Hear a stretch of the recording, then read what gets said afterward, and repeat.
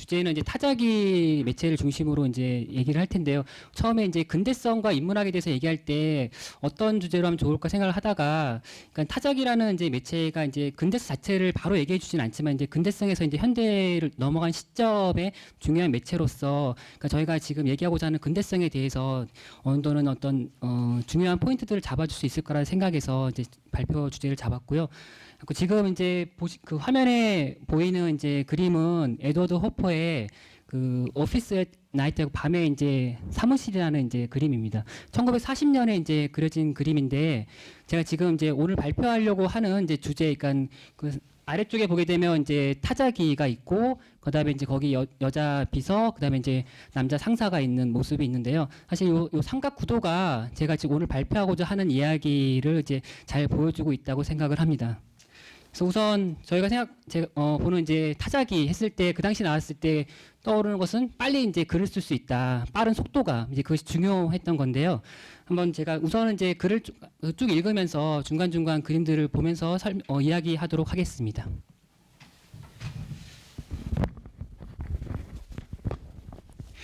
우선 각 시대마다 새롭게 등장하는 이제 기술 매체들은 각각 글쓰기 문제와 관련해서 결정적인 역할을 수행해 왔는데요. 15세기 르네상스 시대의 일종의 문화 충격을 불러일으킨 인쇄 매체의 영향에 대해서는 이미 다들 알고 계실 거라고 봅니다. 매체 자체의 관점에서 본다면 이 인쇄 매체의 등장과 더불어서 인간 매체의 우위에서 인쇄 매체의 우위로의 포괄적인 변화가 이제 시작된다고 볼 수가 있는데, 이는 글쓰는 인간 주체와 그 글쓰기를 위한 인간 외적 매체, 즉 기술 매체 사이에 형성되는 관계의 초기 단계를 보여주고 있습니다. 즉 기계 인쇄로 인해 서적 매체는 창작인인 작가에게서 분리되고 독립되기 시작합니다. 이러한 관계의 변화의 의미는 당시에는 별로 주목받지 않았다고 볼 수 있는데, 이는 한편으로는 당시에는 작가의 역할이 별로 중시되지 않았기 때문이며, 또 한편으로는 당시 인쇄술의 보급 이후에도 제가 보기에는 이제 그 파울슈트라는 이제 사람에 따르면 15세기부터 17세기까지 서적 매체는 문화적인 선도 매체의 지위에 아직 이르지 못한 상황이었기 때문입니다. 그러니까 18세기에 접어들면서 자유로운 전업 문학 생산자가 이제 독립적인 지위를 얻기 시작하고요. 이후 근대 후기에 등장한 또 다른 기술 매체인 타자기는 글쓰기의 성격 변화와 관련해서 인쇄 매체에 못지않게 큰 파급파를 일으키기 시작합니다. 그래서 이제 저희가 이제 처음에 이제 그 타자기가 언제 있었냐 했을 때, 우선 1714년에 헨리 미디라는 사람이 이제 타자기 특허권을 받긴 했거든요. 근데 실제로 이것이 만들었다는 얘기는 없습니다. 그래서 정말 처음에 타자기, 우리가 이제 실제로 이제 생각하는 타자기를 만든 것은 지금 그림에 나와 있는 그 페터 미터호퍼라는 사람이 이제 목재로 이제 만든 타자기입니다. 이거 첫 번째 이제 모델이고요. 그다음에 이제 두 번째 모델로 이제 여러 가지 모델을 시도했는데, 이게 두 번째 이제 모델입니다. 이 두 번째 모델을 첫 번째로 놨을 때 여기 보게 되면 위에 미터호퍼라고 이제 쳐 있죠. 그러니까 이런 식으로 이제 타자를 구멍을 뚫어서 이제 글씨를 썼던 것이 이제 첫 번째 타자기라고 이제 알려져 있습니다. 그 다음에 이제 그 다음에 정말 실질적으로 첫 번째 타자기다라고 할 수 있는 것이 덴마크의 이제 그 말링 한센이라는 사람이 만든 타자기인데요. 아까 이제 그 구형의 타자기라고 하죠. 아까 구형 약간 둥근 그 모양의 타자기인데, 이것이 어떻게 보면 이제 최초로 소량으로 생산돼서 이제 판매되기 시작했던 타자기라고 볼 수가 있습니다. 이것이 저희 그리고 이제 그 니체라는 철학자가 사용했던 타자기가 바로 이러한 타자기였습니다. 그 다음에 이제 정말 본격적으로 대량 생산되기 시작한 타자기는 1876년부터 이제 되었는데, 총포 제작 공장이었던 레빈턴 회사에서 만들기 시작했고요. 그것을 만든 사람은 이제 숄스랑 이제 오타가 있는데 글리던입니다. 거기 그 기덴이 아니라 이제 글리던인데 L이 하나 들어간데, 그 숄스는 글리덴 타이프라이터가 이제 대량으로 생산돼서 이제 판매되기 시작합니다. 아까 지금 되게 이제 고풍스러운 모습의 타자기인데, 뭐 실제로 어떻게 타자기를 치냐면 참고 자료 사진에 보게 되면 이렇게 이것은 이제 그 타자기 만든 사람의 딸이 타자기 앞에 있는 건데, 그 앞에 있는 뚜껑을 열게 되면 거기 타자기 칠 수 있고 마치 이제 피아노 치는 모습을 연상할 수가 있겠죠. 그 뒤에 손이 된 곳에 이제 그 종이가 이제 놓여 있는 겁니다. 갖고 이런 식으로 타자기가 발명돼서 실제로 저희도 90년대, 그러니까 80년대까지만 해도 널리 쓰였던 것이었는데 실제로 이제 이 타자기에 대한 매체는 사실 많이 이제 잊혀져 가고 있죠. 그리고 이제 실제로 이제 이 자동으로 쓰였던 것은 1910년대에 이제 만들어지기 시작했고요. 그리고 1980년대에 이르게 되면 이제 정점에 이르렀고 점차 이제 사라져 가고 있는 아주 여전히 흔적이 남아 있는 우리가 사용하는 어떤 매체에 가장 큰 흔적을 남겨놓은 그 당시에 이제 상당히 중요했던 매체로서 타자기를 다루도록 하겠습니다. 그 타자기의 발명은 글쓰기 작업에 다음 페이지에 두 번째 단락부터 읽겠습니다. 타자기의 발명은 글쓰기 작업에 기계가 본격적으로 개입하는 이제 계기를 마련했다는 점에서 정신문화적으로 매우 의미심장하다고 볼 수가 있는데 글 쓰는 기계, 즉 타자기가 주체와 쓰여지는 말 사이에 끼어듦으로써 문자는 이제 사람과 분리됩니다. 그러니까 오늘 발표할 거에서는 타자기와 글쓰기의 이제 문제를 그러니까 독일의 대표적인 이제 매체 철학자인 프리드리히 히틀러하고 2011년에 이제 죽었는데요. 그의 이론을 중심으로 살펴보고자 합니다. 히틀러는 그의 주요 저서인 기록 시스템 1900년 그리고 추궁기와 영화 타자기에서 아날로그 기술 매체의 등장과 더불어 근대적 인간관이 해치되는 과정을 서술하고 있으며 타자기 역시 1800년에 기록 시스템이 해치되고 새로운 1900년의 기록 시스템이 등장하는 데에 결정적인 역할을 하였다고 이제 보고 있습니다. 그래서 이제 기록 시스템 1800을 했을 때 이제 주요 제 키워드 잡은 것은 어머니 이제 시문학 이제 정신인데요. 히틀러는 이제 미셀 푸코의 담론 분석에서처럼 각 시대에는 하나의 담론 질서는 형성되어 있다고 이제 보았는데 이 담론의 형성은 기술적인 것에 기반하고 있는 매체 시스템과 아주 긴밀히 연관되어 있다고 봤습니다. 이 점에서 이제 히틀러는 이제 푸코의 담론 분석이 기술 매체를 이제 근데 히틀러가 지적하는 푸코의 담론 분석의 이제 문제점은 뭐냐면 기술 매체를 충분히 고려하지 않았다는 점입니다. 그래서 이제 기술 매체 등장 이전의 도서관까지 이제 분석을 하고 거기서 멈췄다고 이제 보고 있는 거죠. 그래서 이제 히틀러는 매체의 선언성을 이제 중시하면서 푸코의 담론 분석을 이제 확장시키고 이때 기록 시스템이라는 이제 개념어를 도입하고 있습니다. 그래서 이 히틀러가 말하는 기록 시스템이란 무엇이냐? 이것은 어떤 의미의 문화가 적절하게 의미 있는 데이터들을 발신하고 저장하고 가공할 수 있도록 허용하는 기술 및 제도의 이제 네트워크를 총칭해서 이제 기록 시스템이라고 정의하고 있습니다. 당연히 이제 히틀러의 입장에 따르면 문학 텍스트 역시 이러한 기록 시스템의 일부분이라고 볼 수가 있는데 기록 시스템은 고정되어 있지 않으며 각각의 시대를 지배하는 기술 조건에 따라서 이제 변화합니다. 특히 1800년의 기록 시스템과 1900년의 기록 시스템을 구분하면서 자신의 매체 이론의 토대를 마련하고 있습니다. 우선 1800년의 기록 시스템의 특징을 간략하게 이제 보자면요. 첫 번째 키워드는 이제 어머니가 될 수가 있는데 히틀러는 기록 시스템 1800에서 어머니의 역할이 매우 중요하다고 보고 있습니다. 이는 알파벳 학습법의 획기적인 변화와 관련이 있는데 이 시기에는 이제 알파벳을 그전에는 그냥 개별 철자 이름을 이제 암기하는 식으로 책을 보면서 익혔습니다. 그러니까 뭐 S면 S, 뭐 A면 A 이런 식으로 이제 익혀갖고 책을 혼자 이제 보면서 시각적으로 익혔는데 이제 알파벳을 실제 발음되는 소리 위주로 이제 배우는 하인리히 슈테파니의 소리 학습법이 이제 보편화되기 시작합니다. 그러면서 이제 히틀러 이와 같이 책을 보면서 눈으로 익히는 대신에 듣고 소리로 익히는 학습법으로 인한 알파벳의 구두화가 유럽 알파벳의 혁명이었다라고 이제 간주한 거죠. 그러니까 이 소리 학습법이 1807년에 이제 시작된 거죠. 그 1800년의 기록 시스템의 어떤 결정적인 역할을 하고 있다고 보고 있습니다. 이 새로운 학습법과 더불어 독일에서는 이제 19세기 초부터 그 결과 어머니들이 아이들에게 직접 독일어를 읽어주고 이제 가르치기 시작한다는 거죠. 그러니까 소리 학습법의 효과가 뭐였냐면 어머니들이 이제 아이들한테 글을 읽어주는 식으로 이제 학습이 이루어지기 시작합니다.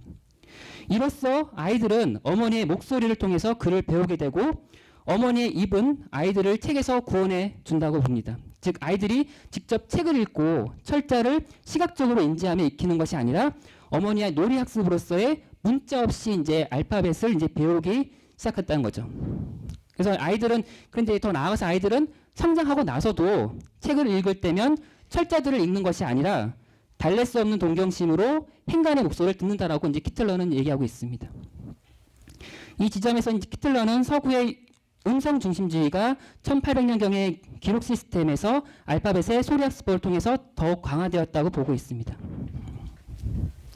자, 키틀러에 따르면 1800년의 기록 시스템은 고전적 휴머니즘의 항축을 형성하고 있는 음성 중심주의와 밀접하게 결부되어 있고, 이때 데리다의 음성 중심주의 비판을 연상시키는 그의 매체 이론은 평가를 하나 이제 인용하면 음성 중심주의와 그것의 붕괴가 특정한 매체의 변화와 맞물려 국제적으로 어떻게 진행되는가를 대한 그 논의였다라고 이제 그의 매체 이론을 평가하고 있습니다.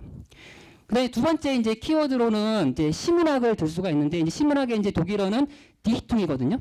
디히퉁이라는 이제 것과 이제 보면 이제 키틀러는 이 시문학 디히퉁과 1900년의 기록 시스템 하에서의 이제 문학은 리터러처라고 이제 구분을 하고 있습니다. 근데 이 키틀러의 전술대 농지를 이제 따르자면 기록 시스템 1800에서는 어머니는 언어 습득의 근원으로서 사람들에게 정확히 말해서 남성들에게죠. 우선 이제 그 남성들이 이제 중요했던 이제 기록 시스템인데 남성들에게 말하기와 글쓰기를 이제 가르친다라고 보고 있습니다. 이때 어머니는 자연과 이상으로서 어떤 이데알된 어떤 이데아로서 1800년경 기록 시스템 전체의 방향을 정한다라고 이제 보고 있고요.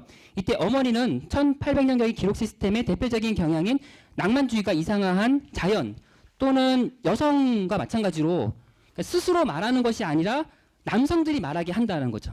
그래서 나중에 작가가 된 남성들은 자연이나 이상화된 여성처럼 동경의 대상으로 남아있는 어머니의 입에 지속적인 영향하에서 작품을 창작한다라고 보고 있습니다. 그래서 키틀러가 생각하는 괴테 시대에 시인이 되고 싶은 자는 사랑으로 가득한 어머니의 음성이 지닌 마력을 받으며 어린 시절을 보내야 한다라고 이제 키틀러 연구가가 이제 그 평가를 하고 있고요. 기록 시스템 이제 1800에서는 그래서 남성 작가들은 어머니의 입으로부터 말하고 쓰는 것을 배우며 어머니의 목소리는 시문학이 샘솟는 근원이었던 것입니다. 그래서 키틀러는 이러한 맥락에서 시문학을 1800년경의 기록 시스템에서 어머니 입으로부터 유래하여 기록되어져 있는 것이라고 정의하고 있습니다. 그래서 여기서 이제 독일어 디히퉁의 이제 어원이 그 라틴어 딕타레 받아쓰다에서 이제 관련이 있다는 점이 이제 흥미로운데요. 그러니까 어원적으로 봤을 때 이 시문학이라는 것은 디히퉁이라는 것은 시인 디히터가 어떤 신적 초월적 존재로부터 예술적 영감을 받아서 그것을 받아 적은 결과물인 셈입니다. 따라서 이 디히퉁은 무엇보다도 정신, 영혼, 기회와 같은 초월적인 어떤 층위를 함축적으로 암시하고 있다고 볼 수가 있는 거죠. 그런데 키틀러는 1900년경의 기록 시스템이 시작되면서 그러니까 이러한 시문학이 그러니까 리터라투어 문학이 이제 되었다고 보고 있습니다. 이 후자인 경우에 어원은 이제 철자에서 이제 파생된 명칭인 거고, 그래서 한때 시문학이라는 이름으로 불리면서 다른 매체들에 군림하였던 문학은 이제 다른 매체들에 의해서 정의되어진다. 다시 말해서 그러니까 문학은 예전처럼 영혼, 의미, 정신과 같은 비물질적 층위보다는 문자 매체와 같은 물질적 조건에 의해서 결정되어진다라고 이제 보고 있습니다. 그다음 세 번째로 이제 키틀러가 중시하는 것이 1800년경의 기록 시스템에서는 정신으로의 전환이 이루어진다고 이제 보고 있습니다. 가이스트라는 것이 중요해지는 건데요. 단순히 철자를 쓰거나 읽는 행위와 구별되는 어떤 체화된 알파벳 습득, 그리고 상상력, 이런 것이 정신에 다가가기 위한 조건으로서 이제 격상되었고, 즉 상상력으로 이제 그 단순한 어떤 알파벳 철자를 뛰어넘어서 독자적으로 사유하는 이제 철학의 시대가 시작되었다고 보고 있습니다. 그래서 문자 성격을 지니게 된 철학의 역할은 그러니까 1800년에는 이제 해석이었다는 거죠. 또 그래서 이제 이러한 맥락에서 독일 대학에서 철학부가 19세기가 시작되면서 독자적인 지혜를 확보한 점 역시 같은 맥락에서 이해할 수 있다라고 키틀러는 보고 있습니다. 그러니까 해석 행위로서의 철학이 정립됨으로써 그러니까 소위 말하는 온전한 인간. 그러니까 키틀러는 이제 인간이라는 그 멘시라는 이제 독일어 인간을 얘기할 때는 소위 말하는 이런 약간 좀 이렇게 거리를 두면서 표시를 하는데, 이런 소위 말하는 온전한 인간이 이제 필연적으로 설정되었고, 그다음에 이제 이러한 예로서 이제 그 정리를 하면서 키틀러 이해자 정리로서 한 대담에서 얘기를 하기를 1800년경의 기록 시스템은 무엇이냐 하면 어머니, 시문학, 그리고 철학의 역사였다라고 설명하고 있습니다. 그 부연 설명하자면 어머니는 대량의 말들을 산출하고, 시문학은 이것들을 취하여 작품들로 만들고, 철학은 이 생산의 결과물 전체를 다시 한번 이론화시켜서 읽는다. 내가 주의 깊게 이제 키틀러가 주의 깊게 봤던 것은 뭐냐면 그러니까 어머니는 입력하게 되는 거고요. 이런 어머니가 연결 채널, 그러니까 신문항이죠. 로 들어가고 다시 나와서 저장 매체인 철학에서 다시 모인다는 점입니다. 아까 19세기 근데 이제 19세기 후반에 이제 매체 혁명 이후에 이런 알파벳 주의는 기술 매체에 의해서 그리고 철학은 정신 분석학적인 언어 해체에 의해서 이제 대체되고 그럼으로써 소위 인간이라고 일컬어진 존재는 이제 생리학 그리고 통신 기술의 차원에서 이제 파악되기 시작한다고 보고 있습니다. 그러니까 이제 기록 시스템 1900년의 이제 특징이라고 볼 수가 있는 거죠. 그래서 이제 히틀러 이러한 관점을 따르자면 구텐베르크의 인쇄술 발명 이후에 소위 말하는 구텐베르크 은하계에서 문자 매체가 정말로 정말 독점적인 지배를 하였는가라는 데 약간 의구심이 이제 들기 시작하고 물론 이제 문자 매체가 어떤 구텐베르크의 저장 독점이었다는 점에서는 분명하지만 19세기에도 여전히 문자 매체는 그러니까 데리다가 이제 서구 철학을 음성 중심주의라 비판하는 것처럼 이때 19세기 문자 매체는 단지 영혼, 정신, 의미로부터 파생된 것에 지나지 않았던 것이 아닌가라는 이제 생각을 이제 하게 되는 거죠. 이렇게 그러면서 이제 저희가 세 번째로는 이제 기록 시스템 1900에 대해서 1900년에 이제 기록 시스템을 잠깐 보도록 하겠습니다. 우선 이제 히틀러는 추궁기라든지 영화라는 다른 매체들을 가지고 설명을 하는데요. 저는 발표 주제상 이 타자기에만 국한시켜서 이제 말씀드리도록 하겠습니다. 히틀러에 따르면 정신, 영혼, 의식 등의 상위 신급을 설정하고 있는 1800년경의 기록 시스템은 추궁기, 영화, 타자기와 같은 기술 매체의 등장으로 붕괴되기 시작하며 1900년경의 기록 시스템으로 대체된다고 보고 있습니다.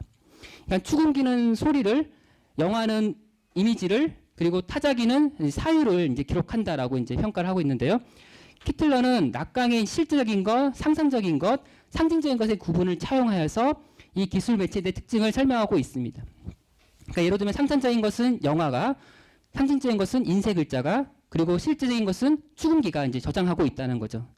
이때 특히 이제 주목할 것은 이제 상징적인 것은 물질적이고 이제 기술적인 언어 기호들도 포함하고 있고요. 그래서 이제 이것이 기계의 세계까지 이제 그 관련이 있다라고 이제 보고 있습니다.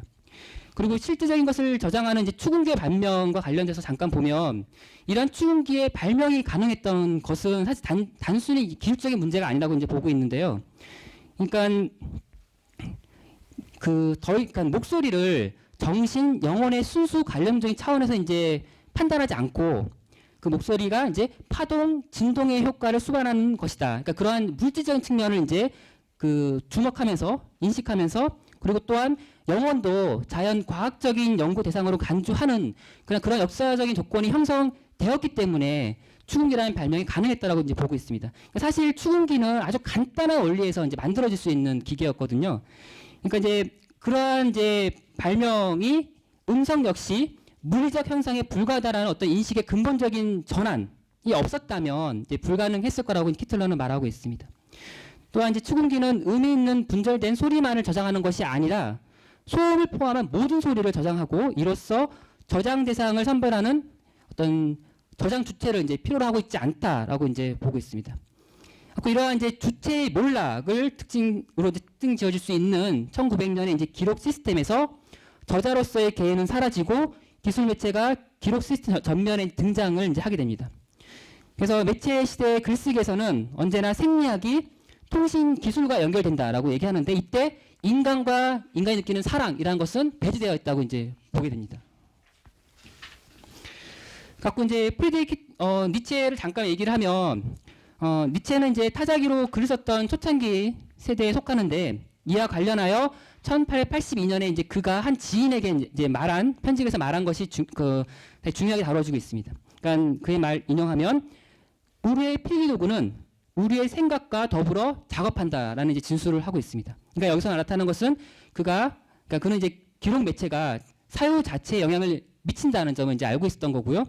한편 히틀러는 니체가 짧은 잠언 형식의 이제 아포리즘을 쓴 이후로도 그가 타자기를 사용했기 때문이라고 이제 얘기를 하고 있습니다. 그 당시 이제 니체는 시력이 아주 약했고 거의 이제 맹인이나 다름없었다고 하거든요. 그래서 이러한 니체가 당시 맹인들을 위해서 제작된 글쓰기 기계인 그 말링 한센의 타자기를 이제 구입을 했고 근데 아직 초기 단계의 타자기 사용법에 익숙하지 않았던 니체가 타자기로 글을 쓰면서 아주 간결한 표현들을 이제 선호하였다는 거죠. 그러니까 우리가 알고 있는 타자기는 기본적으로 맹인들을 위해서 만들어졌던 처음에 그러니까 의도 중에 하나가 맹인들을 위했던 것입니다. 처음에는. 그러니까 그런 상태에서 이제 니체의 어떤 그런 그 타자기로 글을 썼을 때 영향으로서 아포리즘을 얘기를 하고 있고요. 자꾸 이런 키틀러에 따르면 이렇게 기술 매체인 타자기로 글을 쓰고 이로 인한 영향을 분명히 인식하고 있으면서 동시에 그러한 영향을 몸소 보여주고 있는 니체가 1900년에 기록 시스템을 특징짓는 대표적인 철학자이다라고 이제 키틀러가 소개를 하고 있습니다. 무엇보다도 니체는 문학적인 작용 일반이 근거하고 있는 물질적 기반을 이제 발견했다라고 이제 할 수 있는 거죠. 또 하나 이제 우리가 잘 아는 이제 마샬 맥루한 경우에도 마찬가지로 그의 이제 미디어에 의해 인간의 확장에서 이제 타작의 등장이 가져온 변화를 이제 고찰하고 있는데요. 근데 그 역시 이제 말하기를 시인과 소설가는 이제 타자기로 글을 쓴다. 타자기로 글을 쓰는 것은 언어와 문학의 형식에 이제 많은 변화를 주었다. 그걸 이제 평가하고 있습니다. 근데 이제 맨날 이러한 평가는 이제 키틀러하고 이제 구별되는 지점이 있는데요. 그러니까 우선 맥락에 따르면 우리 문화와 경제 구석구석까지 구텐베르크 테크놀로지를 가져다준 타자기가 이러한 정반대의 구어적 효과를 가져왔다는 것은 그야말로 기막힌 반전 현상이다라고 얘기를 하고 있습니다. 다시 말해서 그는 타자기 앞에 앉아서 마치 재즈 음악가처럼 자신의 창작을 수행하는 현대의 시인들이 구어적인 표현의 자유로움을 누린다고 이제 보았고, 이는 현대 기술 매체에 의해서 구텐베르크의 문자 은하계 이후에 제2차 구술 시대가 도래할 것이라고 이제 보았던 이제 그의 매체 이론에 상한다고 볼 수가 있습니다. 그러니까 맥루아는 타자기 치는 시인을 비문자 시대의 음유 시인처럼 이제 강조하고 있고, 타자기를 음성적 강약의 자유를 지닌 구술적 도구로 또 즉시 사용할 수 있는 확성 장치로 이제 여기고 있습니다. 그러니까 이처럼 타자기에 대한 맥루안의 평가는 타자기를 구술 문화 및 음유 시인의 재탄생과 결부시킨다는 점에서 이제 키틀러의 견해와 완전히 상충한다고 볼 수가 있는데, 우선 첫째, 키틀러가 보기에는 오히려 타자기가 서구 문화의 음성 중심주의가 비로소 허물어지는 계기를 마련하고 있다고 보고 있습니다. 그럼 둘째, 매체를 통해서 인간 및 인간의 감각 능력이 확장된다고 주장하는 맥루안과는 달리 키틀러는 타자기와 같은 아날로그 기술 매체의 등장으로 인해서 근대적 인간관이 해치되고 그다음 탈인간 중심적인 사회가 촉진된다라고 진단하고 있습니다. 그 그림에 이제 보게 되면 사실 이제 타자기 처음 할 때는 아까 둥근 타자기처럼 실제로 타자기를 칠 때 자기가 치는 글자를 볼 수가 없게 돼 있었어요. 아까 우리가 오늘날 보는 것 같이 그 타자기가 이제 쓰는 걸 동시에 이제 볼 수 있게 된 것은 지금 그림에 나와 있는 그 1897년에 언더우드가 만든 이제 타자기부터 이제 비로소 가능했던 것입니다. 갖고 1897년에 언더우드가 만들면서 사람들은 글자를 이제 그 전까지는 글자를 보지 않은 채 이제 작업을 했었는데, 그 그림 텍스트 그림 옆에 아랫부분부터 보겠습니다. 하지만 이제 이런 언더우드의 혁신도 손과 눈 그리고 문자의 결합 상태를 풀어버린다라고 키틀러는 보고 있습니다. 그러니까 타자기를 치는 손가락의 간단한 동작으로 찍힌 철자는 글 쓰는 사람들의 손길이 닿지 않고 그로부터 떨어진 장소에서 나타난다는 거죠. 또한 자신이 쓰는 글을 보지 못하면서 글을 쓰게 되면 글 쓰기 행위와 의식 사이에 간극이 생길 수 있다는 겁니다. 이렇게 글 쓰는 작가로부터 분리되어 글쓰기가 이루어진다는 점은 고전적인 작가성을 보장해준 매체 기술적인 토대가 이제 제거됨을 의미하고요. 여기서 타자기는 개인의 필적을 더 이상 담지하지 않음으로써 문자적인 것에서 신체적인 것을 분리해내고 문자성 자체를 이제 부각시킨다라고 보고 있습니다. 이러한 글 쓰는 기계는 연속성이 아니라 카오스와 간격의 논리를 이제 도입하고 있다라고 이제 평가하고 있습니다. 키틀러는. 그래서 키틀러는 이제 어떻게 이제 결론 짓고 있느냐? 타자기는 어떠한 개인도, 인디비두엄도 저장하지 않고 철자는 완벽한 이제 그 전에 완벽한 어떤 알파벳들이 의미로서 화형처럼 불러낼 수 있던 어떤 피한 세계를 전달하고 있지 않다라고 얘기를 하고 있습니다. 그래서 잠깐 이제 이러한 타자기 관련돼서 이제 글쓰기 문제 했을 때 독일 문학 쪽에서는 이제 카프카가 중요하게 언급될 수가 있습니다.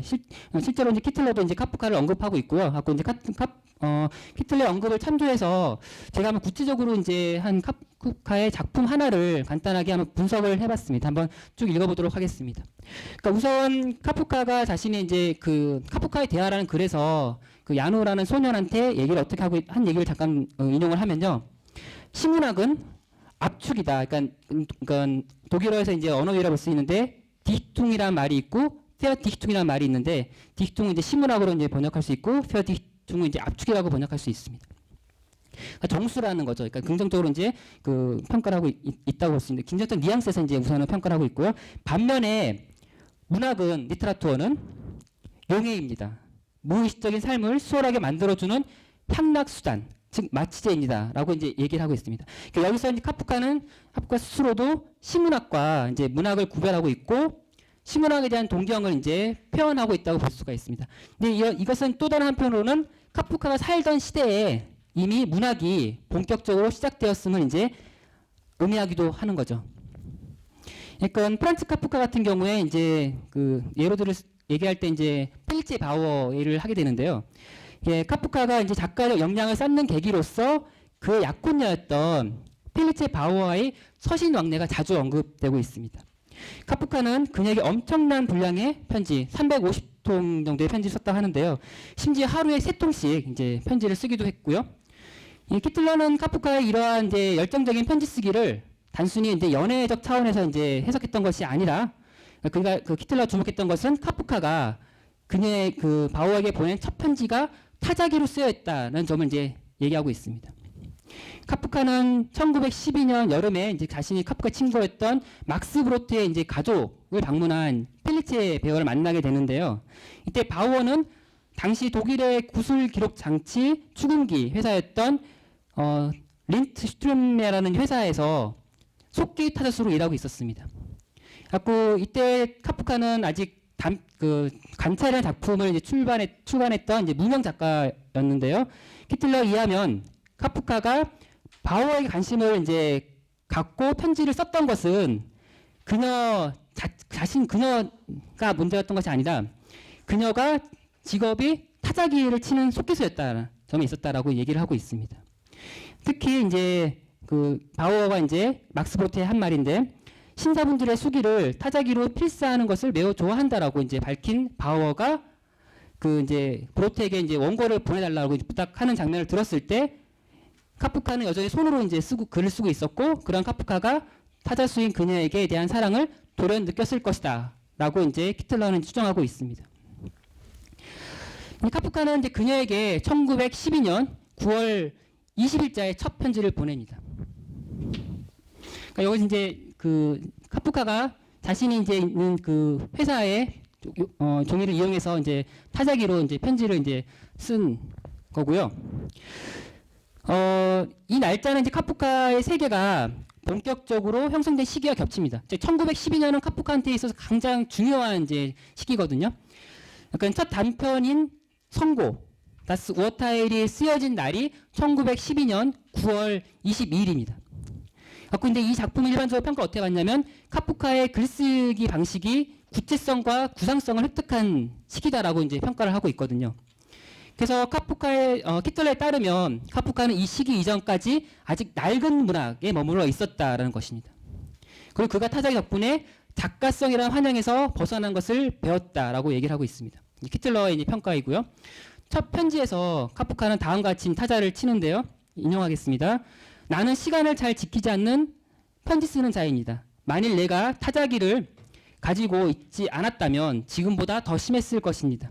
왜냐하면 내가 편지를 쓰고 싶은 기분이 충분하지 않을 때조차도 결국은 손가락 끝이 글쓰기를 위해서 항상 있기 때문입니다. 그러니까 이러한 고백에서 글쓰는 주체로서의 작가의 자율성보다는 타자기의 자판을 두드리는 손가락이 글쓰는 존재를 가능하게 만들고 있다는 것이 이제 나타나는 거죠. 키틀러는 무엇보다도 타자기로 작성된 이 첫 편지에서 이제 오타들을 이제 그 주목하고 있는데요. 이런 오타들이 이런 학습 과정의 흔적으로 이제 간주된다는 거죠. 그러니까 작가성에 대한 환영을 벗어나는 이제 학습 과정. 그래서 이제 그러한 예로서 이제 여기 보는 것처럼 이렇게 그 이제 이시 독일어인 이시 부분인데 그 부분이 이제 이렇게 고표로 이제 지워져 있고 다시 이를 쓰는 이런 장면들을 이제 히틀러가 이제 지적을 하면서 이 편지에서 대명사 나는 여러 차례 잘못 쓰여지고, 그러니까 고표가 맞겠죠. 고표에 의해서 지워졌다가 마치 손가락 끝이 스스로 자아의 불충분한 기분을 대신했다가 나타났다는 듯이 다시 쓰이고 있다는 것입니다. 카프카는 이 편지에 또 말미에 또 뭐라 그러냐면 타자기로 글을 쓰는 것의 유일한 단점은 사람들이 길을 잃는다는 점입니다. 라고 덧붙이고 있는데요. 이처럼 타자기의 등장과 더불어 근대적 인간관에 근거한 자율적 주체로서의 작가 개념이 의문시되는 동시에 타자기 또는 타자기 치는 여성의 등장이 카프카가 글쓰기에 몰두하게 만드는 계기로서 은밀하게 작용하고 있습니다. 이에 따라서 이제 히틀러는 카프카의 사랑은 매체 결합이었다라고 이제 얘기를 하고 있습니다. 그래서 실제로 한번 카프카가 1914년에 쓴 그 중편 유영지라는 작품을 가지고 보겠는데요. 이 작품에 등장하는 독특한 기계장치가 있습니다. 이 기계장치를 히틀러가 주목하는 기록 시스템의 전환과 관련해서 해석할 만한 여지가 이제 있는데요. 이 소설의 내용을 간단히 이제 소개하자면 다음과 같습니다. 그 9페이지 세 번째 줄부터 읽겠습니다. 이 독특한 기계장치는 죄지은 사람을 12시간 동안 고통스럽게 고문하고 이제 처형하는 장치인데, 그 고문 방식은 죄수의 몸에 그가 위반한 규율을 이제 쓰는 것입니다. 그리고 죄수는 몸에 깊게 문자가 새겨지는 고통스러운 형벌을 받으면서 마침내 자신의 제목을 이제 온몸으로 이제 알게 되는 거죠. 이 처형을 이제 집행하는 유영지 장교는 처형 장면을 참관하러 온 여행자에게 전임 사령관이 발명한 이 처형 기장치의 작동 방식을 아주 열광적으로 설명합니다. 특히 그는 형벌 받는 죄수의 얼굴에 떠오르는 정화된 표정을 일종의 구원으로 이제 여기고 있습니다. 한번 인용하겠습니다. 이제 형 집행이 시작됩니다. 모두가 알고 있습니다. 이제 정의가 일어난다는 것을. 당시에는 글 쓰는 바늘에서 따끈하게 쏘는 액체가 똑똑 떨어졌지만 지금 그 액체는 사용이 금지되어 있습니다. 자, 그리고 이제 6시간째 됩니다. 우리는 모두 고통받은 얼굴에 정화된 표정에서 어떤 느낌을 받았던지, 마침내 실현된 하지만 점점 쓰러져가는 정의의 빛 속에 우리는 얼마나 깊이 땀을 담그고 있었던지, 이런 시절이 있었나요? 그런데 새로 부임한 이제 시임 사령관이 이 기계장치에 의한 처형 방식을 이제 없애고자 합니다. 이러한 상황에서 장교는 그러니까 만일 이방인 여행자가 이 처형 장치에 대해서 긍정적인 견해를 밝힌다면 신임 사령관에 맞서서 이 사형 지도가 지속될 수 있을 것이라고 이제 기대하고 있습니다. 근데 하지만 여행자는 겉보기에 사소한 잘못을 저지른 죄수가 변호할 기회도 주어져 있지 않고 판결 내용도 전혀 알지 못한 채 이 기계장치에 의해서 끔찍하게 처형된다는 점 때문에 장교의 요청을 거부하고 이 기계장치에 대한 재판을 반대하는 입장을 밝히는데요. 그러자 이제 장교는 이미 처형되기 위해서 이제 기계에 묶여있던 죄수를 풀어주고 대신 자신이 기계 위에 눕고 스스로에게 처형을 집행합니다. 그런데 기계는 뜻하지 않은 고장 때문에 원래 방식대로 작동하지 않고 판결문을 새겨 넣어야 할 그 썰에란 것은 이제 여러분들이 그 보면 이제 농사 지을 때 그 이렇게 흙을 이제 팔에는 이제 이렇게 갈고리처럼 여러 개 되어 있는 그런 이제 기계를 그런 이제 농기구를 떠올리면 되는데요. 그러한 비슷한 것이 이제 이상한 그 독특한 기장치에 설치되어 있었던 거죠. 그러한 썰에가 글씨를 쓰지 않고 찌르기만 했다는 겁니다. 이렇게 장교는 처형 기계가 약속한 구원의 순간을 경험하지 못한 채 오작동으로 인해서 단순히 찔려 죽습니다. 그리고 기계는 스스로 해체되어 부서집니다. 그러니까 이것이 이제 그 유영지에서란 작품의 이제 줄거리라고 볼 수가 있는데요. 연구가들은 이제 여기서 이제 묘사되고 있는 처형 기계에 대해서 여러 가지 추정을 하고 있습니다. 그 중에서 이제 볼프 키틀러는 이제 저희가 다룬 이제 프리디 키틀러의 이제 동생인데요. 그 키틀러가 카프카가 소리를 원통의 발열침으로 새겨 기록, 저장하는 이제 기장치, 즉 에디슨에 의해서 발명된 기술 매체인 축음기를 이제 모델로 삼았을 것이라고 이제 보고 있습니다. 또 다른 카프카 연구자의 이제 크레머는 소설의 이 기기 장치를 글 쓰는 기계인 타자기에 대한 비유로 해석하기도 합니다. 아까 노동자 산재보험공사의 법률 자본으로 이제 있었던 그러니까 그런 이제 그리고 그 타자기 전화기, 녹음 재생기 같은 당대 기술 매체가 잘 갖춰진 사무실에서 일했던 카프카가 아마도 이들 기술 매체에 대해서 잘 알고 있었을 것이다라는 추정이 가능했을 거고, 그러한 이제 그렇기 때문에 연구자는 그렇게 추정을 했던 거죠. 타자기라고. 그런데 소설에서 옛 질서하에 작동하다가 이제는 해체되어 사라지는 기계가 새로운 기술 매체와 관련했다는 추론에 대해서는 이제 선뜻 이제 수긍하기 쉽지가 않다는 거죠. 그리고 또한 또 기술 매체의 위험성에 대한 어떤 테크노포비아적인 관점이라고 보는 것도 약간 좀 피상적이라고 저는 느꼈습니다. 그러니까 저는 아까 오히려 독특한 기계에 대한 묘사는 1900년경 기록 시스템 하에서 더 이상 제대로 작동하지 않는 1800년경의 기록 시스템과 연관되어 있을 것이라는 생각을 하고 있고요. 처형 기계가 이제 제수의 등 위에 이제 글씨를 쓰는 다음 장면을 한번 보면 그런 생각이 좀 더 이제 어떤 근거가 있다는 생각을 하는데 인용하도록 하겠습니다. 서래가 이제 글씨를 쓰기 시작합니다. 제수의 등 위에 글씨가 일단 1차로 새겨지고 나면 곰팡이 구르며 천천히 몸을 옆으로 돌려놓습니다. 그동안 글씨로 상처가 난 자리는 솜에 닿게 되고요. 솜은 특수 처리되어 있기 때문에 곧바로 먹고 몸은 글씨를 더 깊게 새길 수 있는 상태가 됩니다. 썰에는 이런 식으로 글씨를 점점 깊게 파게 되는 거고요. 12시간 동안 처음 6시간 동안 이제 제수는 거의 전과 다름없이 살아 있습니다. 그저 고통스러워할 뿐인데 하지만 그러고 나면 6시간 전 때부터는 조용해지는 거죠. 이때 어떤 머저리라도 이상이 깨어납니다. 늘 눈 주변에서 시작되는 거죠. 여기서부터 퍼져가는 겁니다.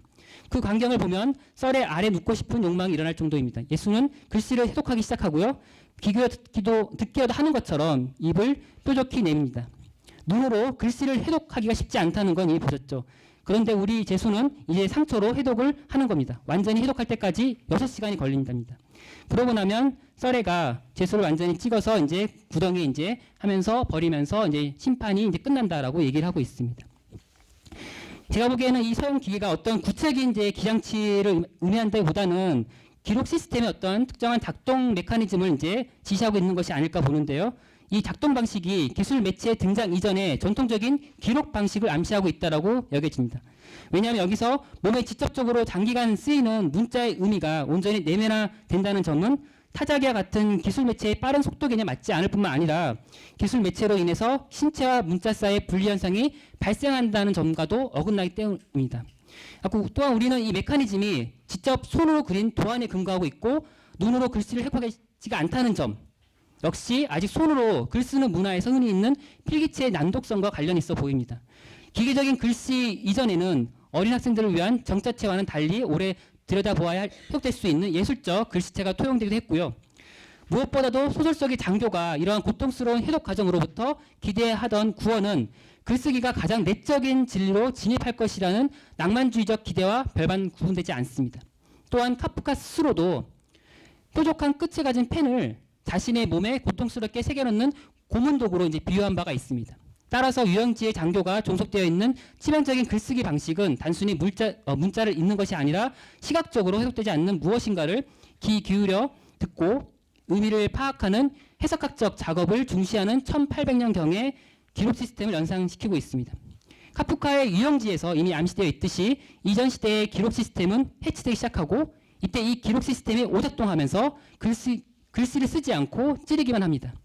이 장면에서 엄밀한 의미에서 글을 쓴다기보다는 타자기를 치듯이 쳐서 글자를 찍어내는 방식으로 작동한 초창기의 그 몰링 한센 거꾸로 썼습니다. 그 몰링 한센 타자기뿐만 아니라 페터 위터호퍼가 1866년에 만든 목재 타자기처럼 실제로 뾰족한 바늘로 종이에 구멍을 뚫는 방식이 연상됩니다. 즉 질서에 속한 이 기계장치가 해체되면서 보여주는 오작동은 타자기라는 새로운 기술 매체의 작동 방식을 암시하고 있는 것처럼 보이고요.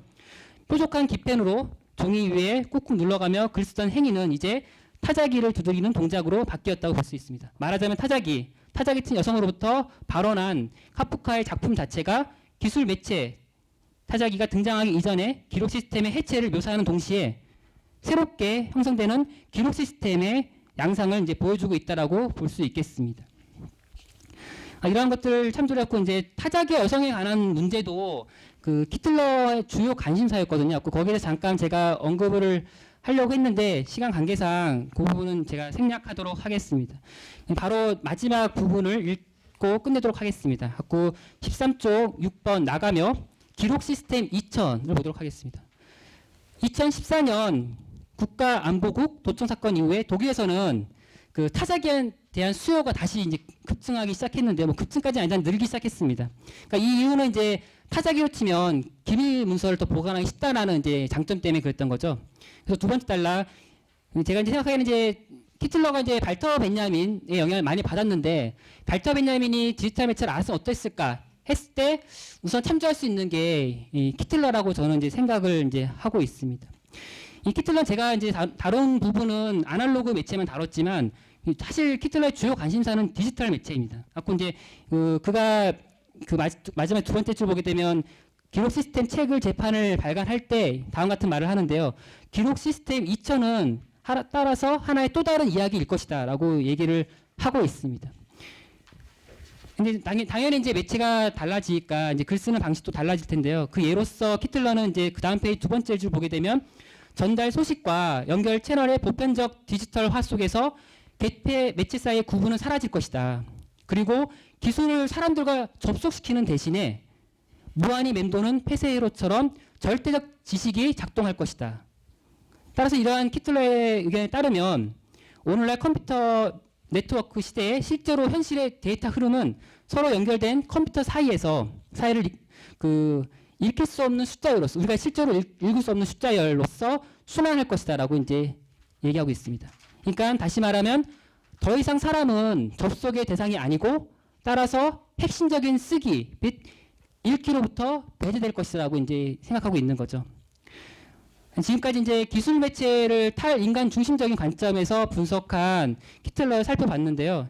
그에 따르면 인간은 정보 기계다라고 이제 얘기를 하고 있고 인간을 규정하는 것은 기술적인 표준이라고 얘기를 하고 있습니다. 하지만 이제 그의 이제 매체 이론은 서구 근대 사상의 영향 하에서 공고하게 유지되어 왔던 형이상학적이고 인간 주체 중심적인 세계관에 대해서 전면적으로 문제를 제기했다는 점에서 나름대로 의의가 있다고 보고요. 물론 이제 그의 진단대로 실제로 시작된 기록 시스템 2000 하에서 문자가 이제 무력화되기 시작하고 있는데 제가 보기에는 이러한 문자라는 것은 고전적 방식을 따르는 이제 문자라고 이제 볼 수 있을 것 같고요. 그래서 오늘날 저희 문학 연구가들의 임무 중에 하나는 그러니까 소위 말하는 이제 기록 시스템 2000에서 문자가 이렇게 몰락해야 하는가라는 질문에 대해서 답하는 것이 저희들이 해야 될 일 중에 하나가 아닐까라고 생각합니다. 감사합니다.